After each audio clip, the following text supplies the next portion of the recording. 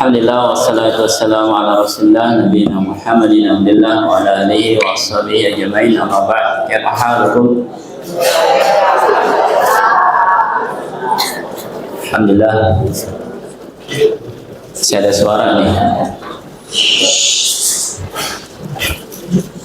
Bisa khidmah atau tidak berisi sendiri. Baik para ikhwafillah, pada kesempatan yang berbahagia ini kajian antum atau acara antum doroh ya, karena asatidahnya sedang ada acara. Tadi sudah dengan Ustaz Adam Mumtaz ya belajar, dan setengah jam atau mungkin setengah jam lebih ya ke depan hampir menjelang zuhur dilanjutkan daurah kita atau kajian kita pada siang hari ini. Insyaallah pada kesempatan kali ini Ustaz ingin menyampaikan suatu hal yang mungkin perlu dipelajari bersama ya, untuk Ustaz ataupun untuk kalian semua, khususnya para penuntut ilmu, khususnya para santri. Baik, yaitu sebuah hadis yang mungkin antum pernah mendengar, di mana Rasulullah SAW pernah membawakan hadis ini di depan para sahabatnya. Rasulullah SAW pernah melontarkan sebuah pernyataan di hadapan para sahabatnya, yang manapun direspon dengan para sahabat dengan jawaban yang Rasulullah ya tidak membenarkannya. Apa itu? Taib, ini yang duduknya masih sandaran siapa itu?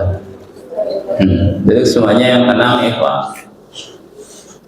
Yang duduknya belum rapi, duduknya diharapkan untuk rapi ya, di majelis ilmu ya, tempat dimuliakannya turunnya para malaikat. Maka jangan sibuk dengan temannya, apalagi bercanda, bermain. Nah itu yang goyang-goyang tangannya, sudah tenang ya.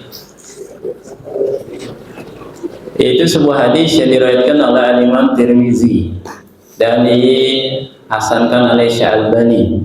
Apa hadisnya? Rasulullah pernah sabdakan dengan melontarkan perkataan istahyu minallahi haqqal haya. Ya para sahabatku,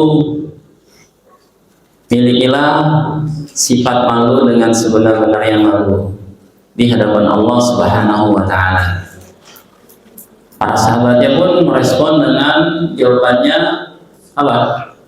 Inna lanastahi walhamdulillah. Ya Rasul, ya Nabi, ya Rasulullah, kita alhamdulillah punya sifat malu. Alhamdulillah. Nah, dengar di sini. Namun Rasulullah melanjutkan, laisa, bukan itu yang aku maksudkan. Kalian memiliki sifat malu yang kalian maksudkan bukan itu. Tapi malu yang sebenarnya, nah, Rasulullah sabdakan. Pernah dengar nggak hadisnya? Pernah dengar nggak? Belum? Oh, iya. Emang dengar nggak hadisnya? Ya, dimana sangat perlu sekali kita saat ini merenungkan atau belajar tentang sifat malu yang sudah terkikis ikhwan.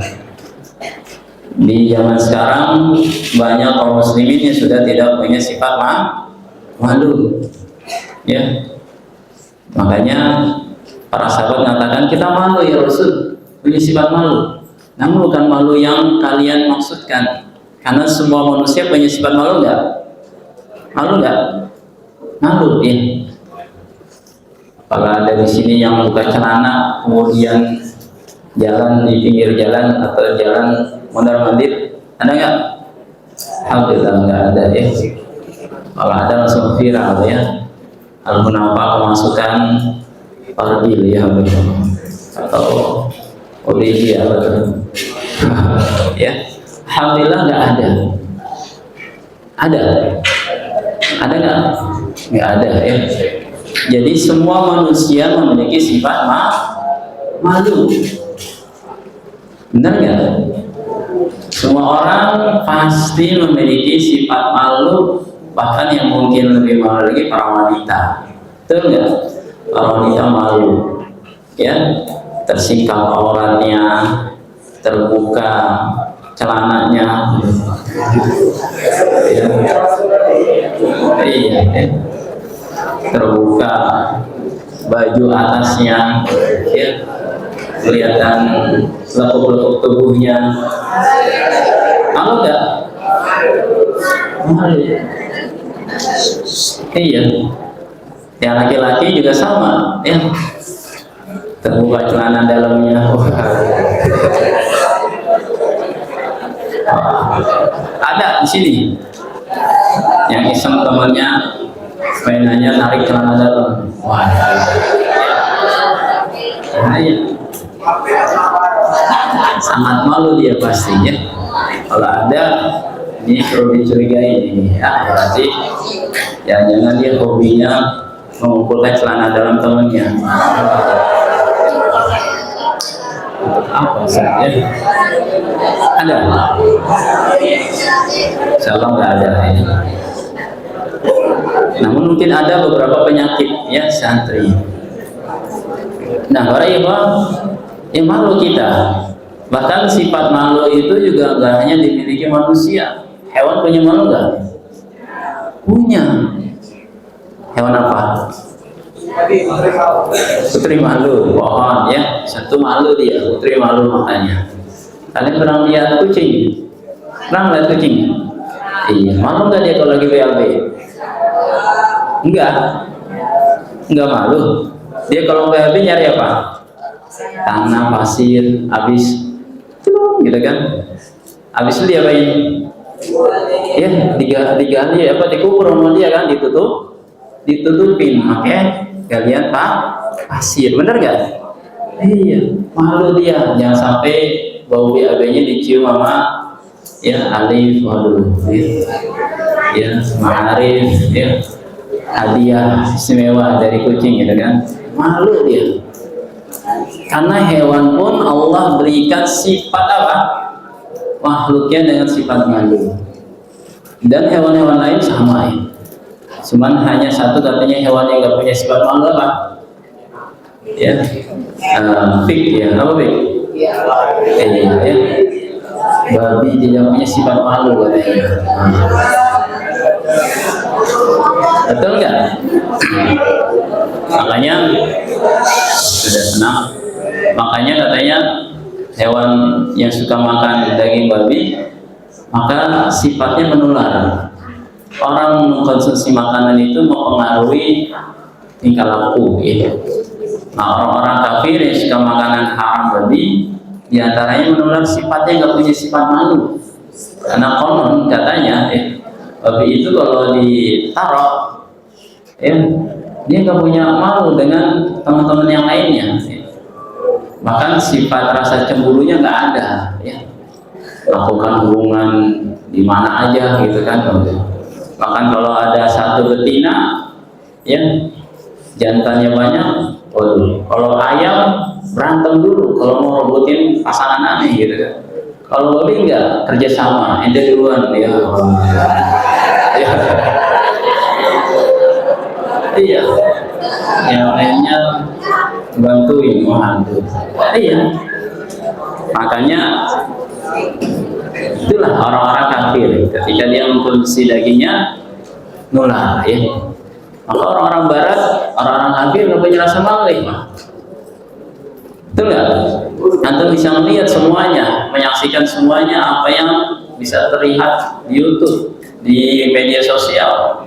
Perempuan-perempuan barat, apalagi yang daerahnya di Bali, waduh, pantai Bali, ya, di Lombok, waduh, pada turis-turis boleh-boleh berjemur nggak pakai baju,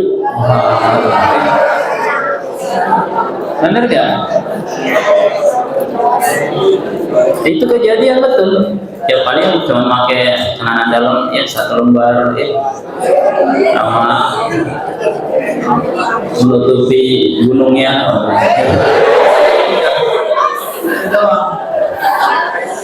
Bener ya?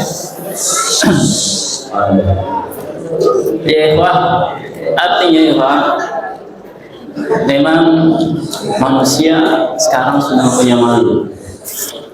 Padahal malu yang difitrahkan, diberikan oleh Allah kepada manusia ada. Makanya kalau orang sudah nggak punya malu, sudah rusak fitrahnya ya. Makanya kalau ada perempuan ya pakai baju yang kebuka sana sini ya, oh ya, emak-emak pakai baju anak SD gitu kan, yang anak SMA pakai baju anak TK gitu kan, baju adiknya dipakai sempit ya, ketat ya, kelihatan semua lekuk-lekuk tubuhnya. Ini udah rusak malunya, sifat malunya. Begitupun laki-laki ya, karena laki-laki pun sama, tidak memiliki sifat malu yang sudah difitrahkan, sehingga ya kadang membuka auratnya juga. Nah, para ikhwah, namun di hadis Rasulullah yang Rasulullah sabdakan ini, Rasulullah tidak menginginkan malu yang jenis pertama. Ketika para sahabat mengatakan kita punya rasa malu ya Rasul, dijawab respon spontan sama para sahabat itu malu fitrah, malu yang Allah berikan kepada manusia seluruhnya. Kayak kita semua punya malu kan? Namanya disebut dalam bahasa agama disebut apa? Jibillah atau malu fitrah, fitriyah, jibillah. Artinya melekat, ada sifat ini pada makhluk, ada pada semua manusia. Betul nggak? Nah bukan ini, para sahabat jawab kita malu ya Rasul. Namun Rasulullah mengatakan bukan itu yang aku maksud. Nah, terus malu bagaimana Ustaz? Dengarkan ya. Nah, di antara yang tidak punya malu, kalau di majelis ilmu ngobrol nih, oh siapa tuh yang berisik? Nah itu nggak punya malu tuh. Nah ya, berisik sendiri. Siapa ini yang ngobrol? Ya, berarti dia nggak punya malu dengan Allah, dengan malaikat, ya, dengan apa? Rahmat Allah yang turun. Siapa? Ya, yang bising nah, yang ngobrol ketahuan ditanya nanti ya, Ustaz ngulangin, nggak bisa ngulangin, suruh berdiri nanti.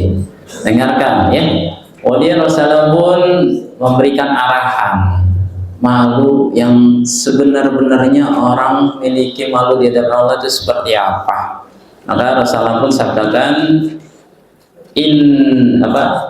laisa dzak walakin al-haya haqqal haya walakin istihya min Allah haqqal haya anta fadha ra'sa wa ma wa'an.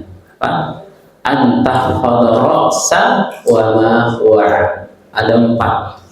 Ada empat sifat orang yang Rasulullah gambarkan memiliki sifat malu dengan sebenarnya di hadapan Allah. Apa itu? Yang pertama, anta fadha ra'sa, menjaga kepala antum, semua kepalanya dijaga. Wa ma wa'a, dan apa-apa yang ada di sekitar kepala antum. Jaga dari apa? Nah, ayo. Ini yang pertama. Orang yang memiliki sifat malu dengan sebenarnya di hadapan Allah, dia bisa menjaga kepalanya dan apa-apa yang di sekitar kepala di hadapan Allah dari berbuat maksiat, berbuat dosa. Makanya nanti diantaranya mulut. Ya, kalau mulut kita malu, jangan gunakan sesuatu yang maksiat atau yang dosa atau yang mengganggu temannya berisik di majelis, itu sama tuh. Ya, ngobrol sendirian di majelis ilmu juga sama, berarti dia nggak punya malu. Nah, siapa sih yang mulutnya nggak punya malu? Ada? Nggak ada ya? Alhamdulillah, berarti punya malu semua ya. Nah ya ikhwafillah, kita menjaga yang terpenting dari kepala. Siapa yang tahu apa yang paling penting dari kepala kita? mata, lagi lisan, kuping, hidung, apa? Santa, ya. Pindah kelas MA, waduh, ya, nggak boleh ya. Yang paling penting dari kepala adalah apa? Pemikiran, akal antum. Jaga baik-baik, jangan sampai kayak tong sampah semuanya masuk. Ngerti? Ustadz A masuk, Ustadz B masuk, Ustadz C masuk, ilmu apapun masuk, ya, ilmu bagus masuk, ilmu sihir masuk, ilmu pelet masuk, waduh, ya. Ilmu jampi-jampi masuk, waduh, semuanya dipelajarin kepala kayak tong sampah. Jangan sampai memasukkan ke akal pikiran kita, pemahaman kita suatu yang bahaya. Betul? Ini paling penting, ya, karena ada sebagian orang yang penting belajar agama, siapapun ustadznya didengarkan, akhirnya kena syubhat, akhirnya tadinya yakin, ya, jadi ragu, dan tadinya yakin agama yang paling diridhoi, paling benar hanya Islam, tiba-tiba dia dengar pengajian YouTube kah, pengajian televisi kah, ada yang mengatakan semua agama sama, masuk surga, dalilnya wah, akhirnya dia kenapa? Syubhat. Oh, berarti orang-orang selain Islam juga masuk surga ya, benar ya. Ini berarti memasukkan ke kepalanya suatu pemahaman yang salah atau yang bahaya. Maka apa ya Pak? Ini berhati-hati, ya, berhati-hati, ya, memasukkan pemahaman-pemahaman yang sesat di akal pikiran kita. Banyak nggak? Banyak. Makanya di antara yang rusak akal itu apa? Apa yang rusak akal? Apa? Gadget. Kata Yusuf, gadget rusak akal. Oh, betul ya. Orang habis main gadget udah kecanduan, ya nggak hanya akal yang rusak ya, matanya semuanya rusak ya. Ada yang rusak akal, habis minum ini akalnya langsung nggak jelas ya. Apa itu? Minum minuman keras, khamr. Apa hukumnya? Kenapa haram? Karena merusak akal. Siapa sini yang pernah minum khamr? Waduh, biasa kalau ada yang pernah minum khamr ya. Kalau minum khamr di dunia, man yashrabul khamru fid dunya lam yashrab khamru fil akhirah. Orang yang minum khamr di dunia nanti nggak akan merasakan khamr di akhirat. Tuh, di akhirat ada nggak khamr? Ada. Dalilnya mana? Ya, surat apa? Ya, apa tuh? Mimmain asin ghairi asin apa? In labanin lam, ya, Muhammad ya, lam yataghayyar ta'muhu wa anharu min khamrin ladzatin lisyaribin wa anharu min asalin safwa. Di akhirat orang yang masuk surga nanti dikasih minuman 4 jenis sungai, boleh minum, nyemplung, berenang, nyelam, kali minum pun boleh ya. Airnya nikmat, ada sungai susu. Sungai susu. Antum yang warna kulitnya agak eksotis, hitam-hitam manis, berenang nanti di sungai susu jadi putih langsung, kering gitu kan. Nggak usah khawatir ya. Saya putih banget di dunia, bisa nggak nanti hitam di akhirat? Waduh, kebalik ya. Yang hitam di dunia langsung putih nanti di akhirat. Waduh, dia keren, ganteng. Ada sungai apa? Susu. Dan kalau nyelam berenang di sana susu nggak disemutin. Ada semut nggak? Nggak ada. Nikmat, minum langsung dari sungai susu. Nggak hanya sungai susu, Allah katakan sungai madu, asal sungai madu antum berenang. Kalau di dunia nggak mungkin, nengket-nengket gimana berenang ya susah. di akhirat bisa, semua bisa di akhirat. Dan sungai seperti biasa, sungai air yang kita lihat di dunia, yang keempat ada sungai Homer. Nah ini dia, mau merasakan Homer? Nah di dunia jangan coba-coba, karena kalau minum Homer kalian di dunia nggak sabar, coba. Katanya kalau minum khamar di dunia saya langsung jadi kuat gitu kan, seperti kuda liar. Waduh, ya kalau punya istri 10 semuanya didatangin satu malam. Waduh, ya nggak boleh 10, batasnya 4 Eva. Minum khamar, kalau dia minum di dunia, di akhirat nggak dikasih nanti. Dia nggak bisa menikmati khamar di akhirat, bahkan nanti dapat dosa dan disiksa nanti. Ya, diganti minumannya dengan minuman ya min anhar zakum ya, atau makanan dan minuman yang nanahnya orang-orang penghuni neraka. Iya. Nah dia jangan coba-coba dia ya. Dia lagi negosiasi sama temannya, kapan kita minum ini nih? Enggak kan? Dia ngobrol ya. Jangan sampai, karena kalau minum khamr di dunia nggak akan merasakan, dan ini akan dirasakan oleh orang yang masuk surga. Mas sekali kan sabar di dunia ini tempatnya sabar, makanya dikatakan dalam hadis dunia sijnun. Apa sijnun? Penjaranya mukmin, jannatun lil kafir, dan surga untuk orang kafir. Dunia ini penjara. Rasakan dari penjara? Rasakan penjara banget, Ustaz, nggak bisa keluar bebas di pesantren ya. Wah, kayak di penjara, di sini doang hidupnya. Sabar, sama orang mukmin di dunia itu seperti hanya di dalam penjara. Pengen minum khamr dilarang, pengen merasakan daging babi nggak boleh, pengen deket-deket akhwat cantik, aduh nggak boleh, pengen chattingan sama Ulana si Fatimah, waduh nggak boleh ya. Dilarang semuanya. Sabar, betul nggak? Sabar, karena nanti diganti semuanya di akhirat. Rehan, sabar, masalah menuntut ilmu di masjid ya, khusyuk, karena yakin nanti di akhirat dikasih bidadari yang cantik. Masya Allah, adik jelita, karena sabar dalam menuntut ilmu. Iya, kalau nggak sabar dalam menuntut ilmu, bidadari malah mau antum, mau nggak? Ya, orang di dunia kurang sabar. Maka yang merusak kepala diantaranya minuman khamr.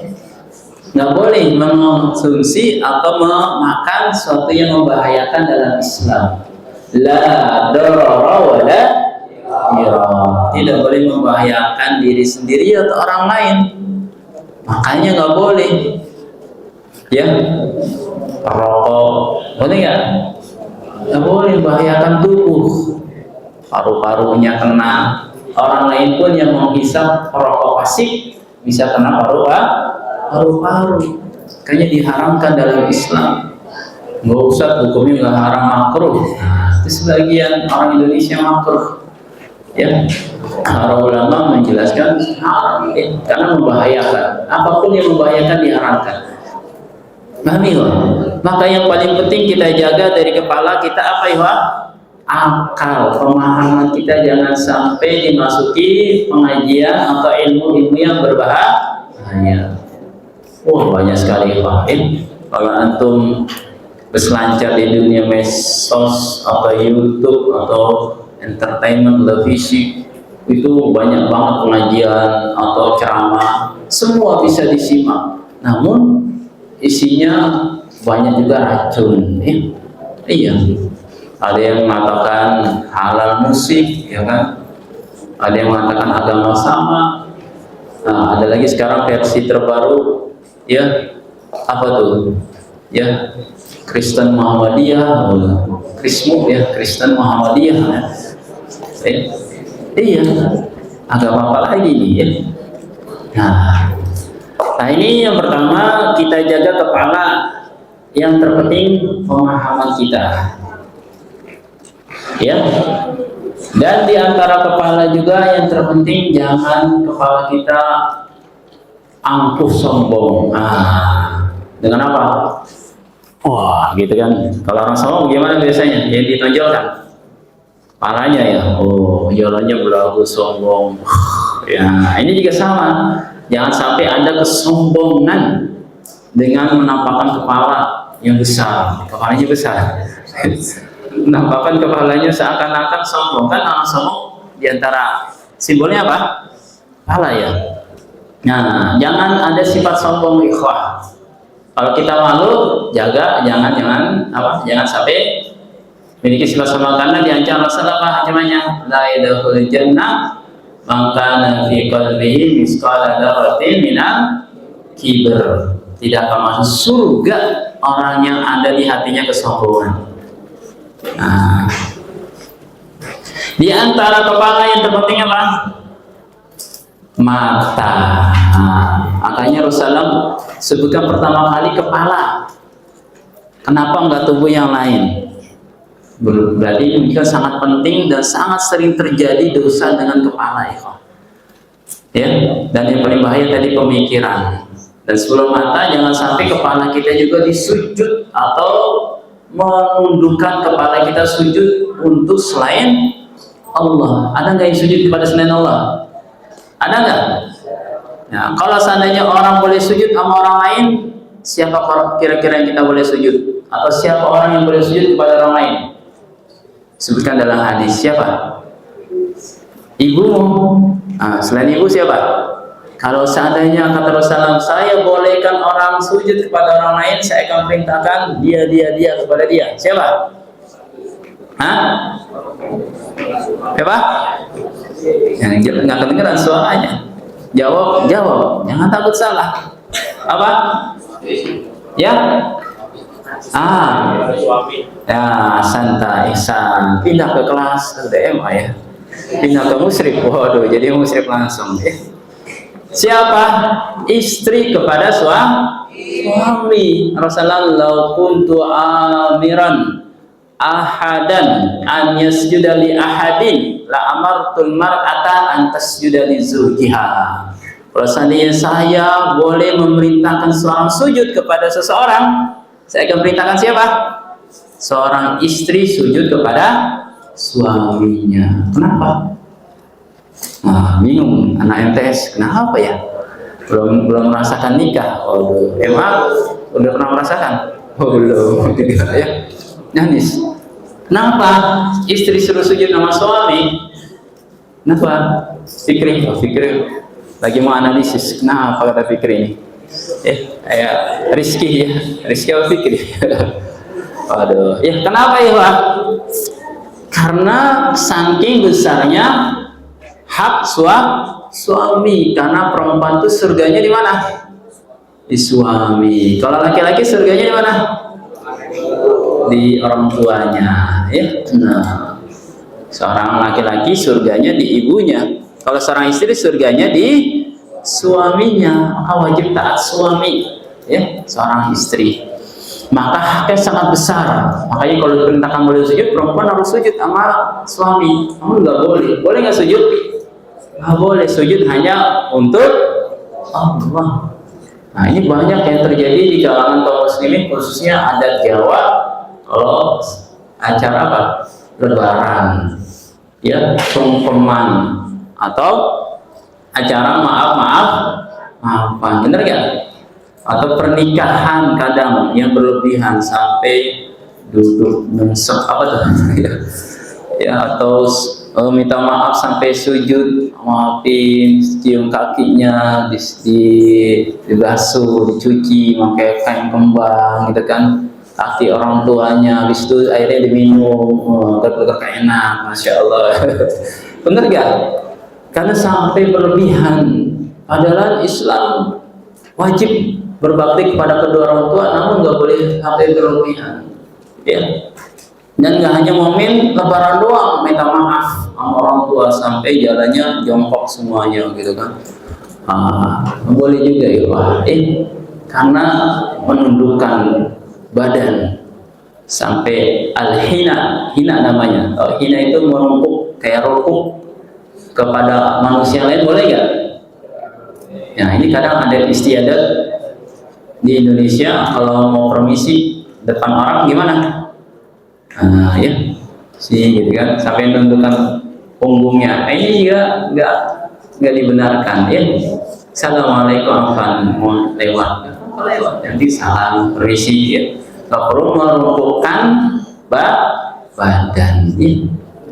Sama seperti penghormatan bela diri apa karate atau apa tuh orang Jepang gitu bagaimana badannya nunduk itu rukuk ya pada orang lain, boleh nggak? Nggak boleh ya. Islam assalamualaikum salaman, nggak ada ruku-rukuan, apalagi sampai sujud ya. Jangan sampai orang sujud kepada makhluk, karena sujud itu ibadah yang nggak boleh diberikan kecuali hanya kepada Allah, siapapun orang itu. Namun banyak sekarang yang sujud pada selain Allah, benar nggak? Khususnya kepada makam-makam keramat, ya, kuburan-kuburan yang dikultuskan, betul nggak? Lihat nggak? Ya, sujud dia dengan di hadapan kuburan, padahal nggak boleh. Di antara yang terpenting dari kepala kita mata, hati-hati mata. Kalau malu kepada Allah, jagalah mata. Siapa sini matanya mata keranjang, matanya semuanya dilihat. Ya. Kuda lewat, ya, kuda lagi mau kencing pipis, kelihatan anuknya, dipelototin, waduh, ya, siapa sini, waduh, ya, apalagi sampai terangsang lihat kuda, waduh, ya, bahaya ini. Yang matanya nggak bisa dijaga, maka dia nggak punya maju di hadapan Allah. Allah katakan dalam surah An-Nur apa? Untuk menundukkan pandangan mata, qul lil mu'minina yaghudduna min absarihim wa yahfadhu furujahum. Katakan untuk orang beriman untuk menundukkan pandangan mata, jaga kemaluan. Orang perempuan juga sama. Ikhwah, sini kalau ada akhwat lewat, emak-emak lewat, jangan dipelototin. Ada istri ustadz lewat, waduh, siapa itu? Waduh. Ada akhwat lewat, waduh, penasaran. Harus mengamalkan firman Allah, tundukkan pandangan mata. Ya, tundukannya bagaimana? Nunduk, ya, nunduk, nggak lihat ke bawah, ambil jalan, hati-hati, terhadap yang listrik. Ya, itu bro. Artinya dipalingkan, jangan dilihat. Ya, kalau lihat nggak sengaja boleh nggak? Tiba-tiba ada akhwat cantik kelihatan depan mata, waduh. Ya, kalau sekali kata Rasul nggak apa-apa, habis itu nggak merem-merem, nggak kedip-kedip. Wah, biar kesempatan sekali boleh katanya. Ini jangan juga, langsung palingkan pandangannya, jangan dilihat. Kenapa nggak boleh lihat akhwat?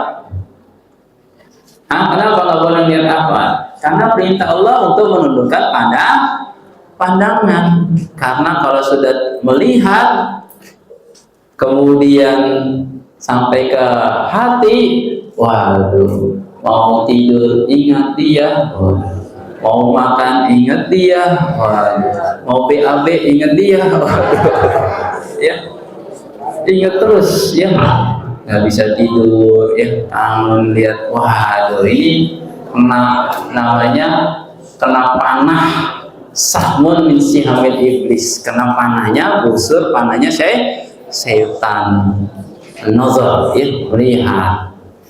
Jangan sampai kalian kalau udah kena panah, waduh, ya, udah susah diobatin tuh luka hatinya, ya. Obatnya satu, apa itu? dinikahin segera ya. Wah, segera dinikahin. Nah, di antara memandang mata itu sekarang gak hanya di dunia nyata. Yang sering terjadi yang lebih gampang memandang di dunia tidak nyata. Dunia apa? Dunia apa? Dunia sosmed, betul. Dunia medsos. Ayo, ya lagi asik-asik main handphone, main YouTube muncul iklan, ya iklan akhwat goyang-goyang. Iya, ya, nggak jelas ya. Penting goyang-goyang, pakai baju nggak pakai baju lagi. Bener nggak? Iya. Iklan-iklan yang menggoda. Kalau YouTube-nya bukan premium, YouTube-nya gratisan, bener nggak? Iklan apalah kelihatan semua tuh. Makanya nak, kalau dahulu zamannya Ustadz masih kecil itu katanya masih ada budaya ngintip ya, ngintip. Kalau pengen lihat akhwat mandi diintip kamar mandinya dulu ya, orang tua dulu gitu kan, teman-teman Ustadz atau anak-anak nakal, akhwat ada mandi tuh kita lihat ya, ngintip-ngintip. Kalau sekarang nggak ada yang namanya ngintip ya. Ada temannya mandi diintip, ada ya, ada nggak sini? Ya, nggak ada, karena sekarang semuanya gampang bisa melihat ya di YouTube ya, di handphone, di internet, bener nggak? Nah, tinggal klik aja ya, akhwat nggak pakai baju, ya keluar semua. Wah, ya. Ini ujian ya Allah. Ya, Allah ya. Ingat Allah, ittaqullah. Bertakwalah pada Allah. Ujian terbesar penuntut ilmu sekarang godaannya apa? Mata. Makanya ngapal Quran nggak hafal. Dahulu Imam Syafi'i hafalannya lupa. Kenapa? Hanya tersingkap di jalan akhwat, lewat kena angin tersingkap betisnya doang. Imam Syafi'i lihat nggak sengaja, waduh betisnya putih ya, waduh ya, akhirnya lupa hafalannya tuh berapa juz ya.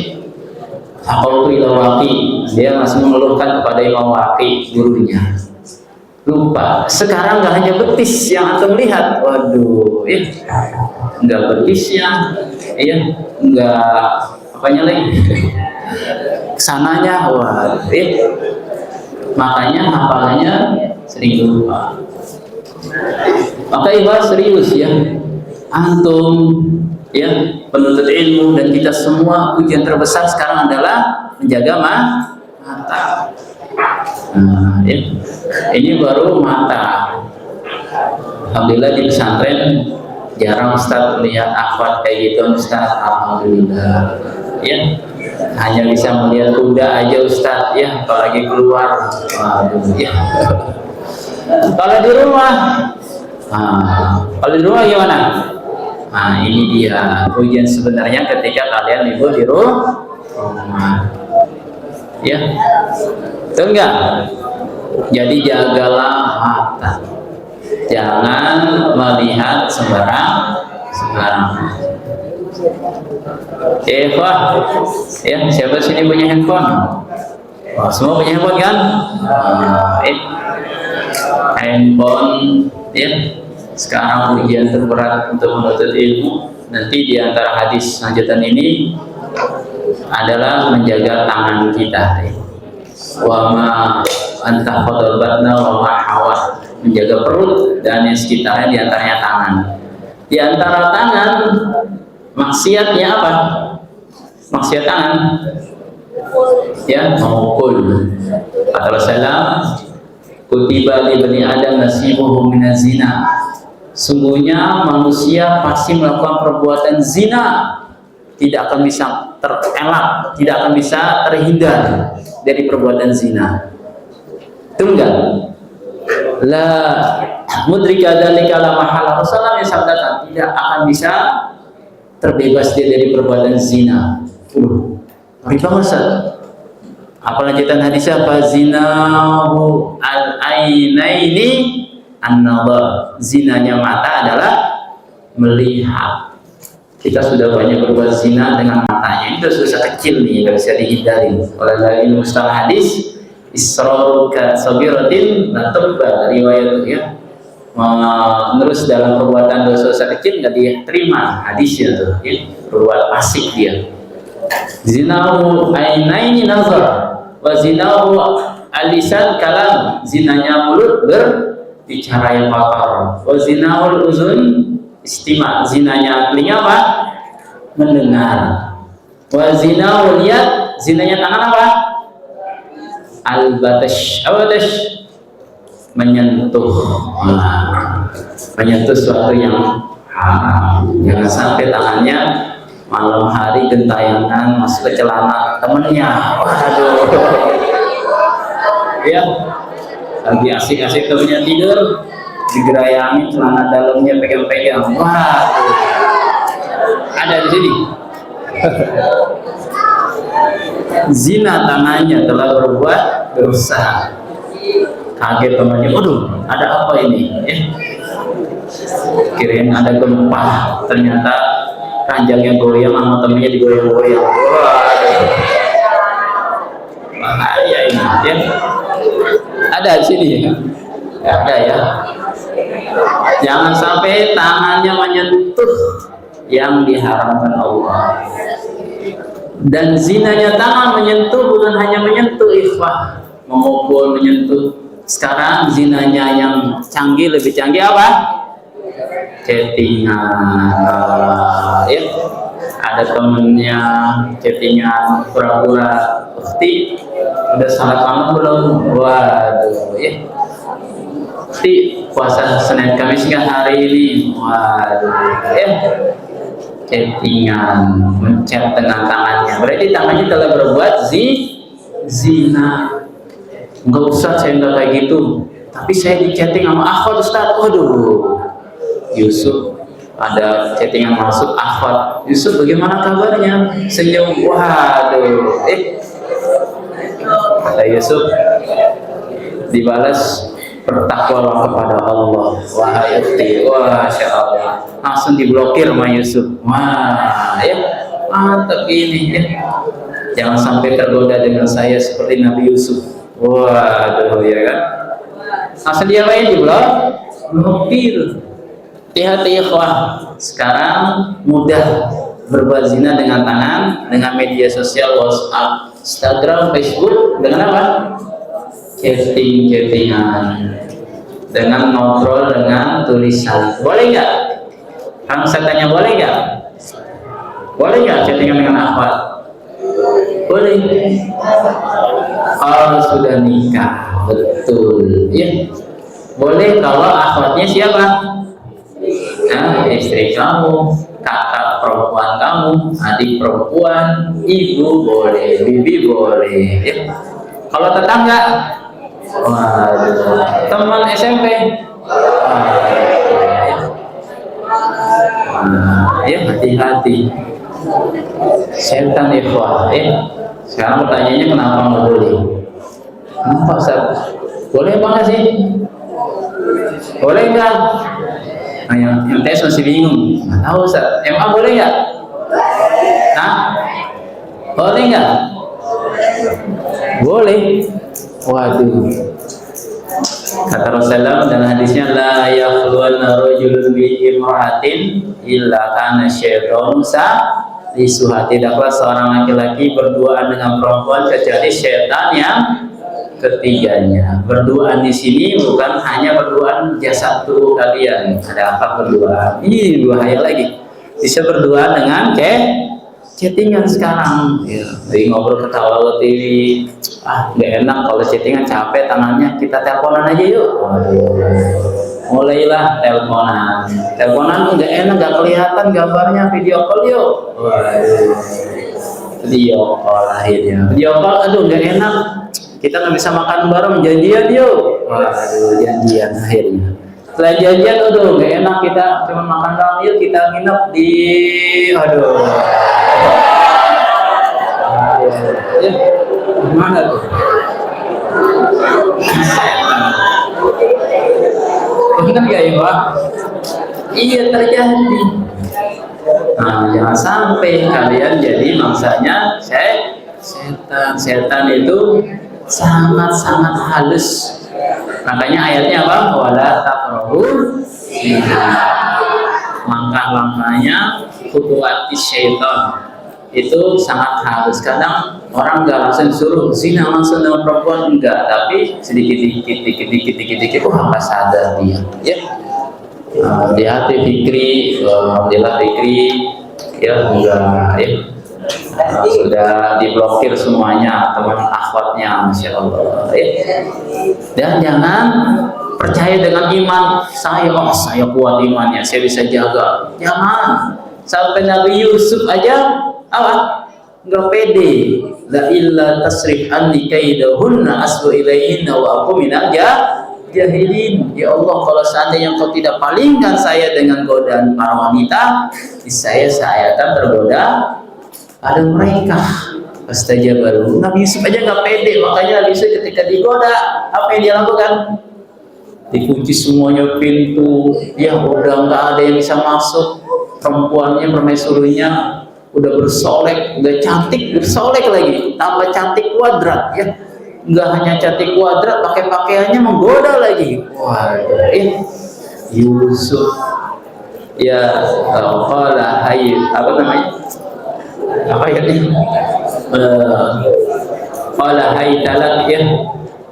Udah sangat-sangat hasrat perempuan ini dengan Yusuf, saking gantengnya Yusuf, masya Allah. Ya. Namun Nabi Yusuf takut, langsung apa yang dilakukan? Oh enggak, Nabi Yusuf diem aja, kemudian kesempatan gitu kan. Padahal Nabi Yusuf saat itu masih muda nggak? Dan nikah belum? Belum nikah, masih muda. Terus tinggalnya di mana? Di Mesir, yang bukan rumahnya. Rumah dia di mana?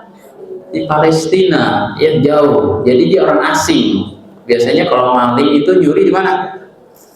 Di kampung sebelah, ya kan? Kampung rumahnya malu dia ketahuan orang. Jadi kampung orang lain kalau digebukin nggak ada yang kena. Nah, dia berbuat dosa di tempat orang lain lebih mudah daripada tempatnya sendiri. Nabi Yusuf orang asing, masih muda lagi, syahwatnya tinggi-tinggi, dan pintu semuanya ditutup, nggak ada yang masuk, nggak ada yang lihat. Digodanya dengan wanita cantik.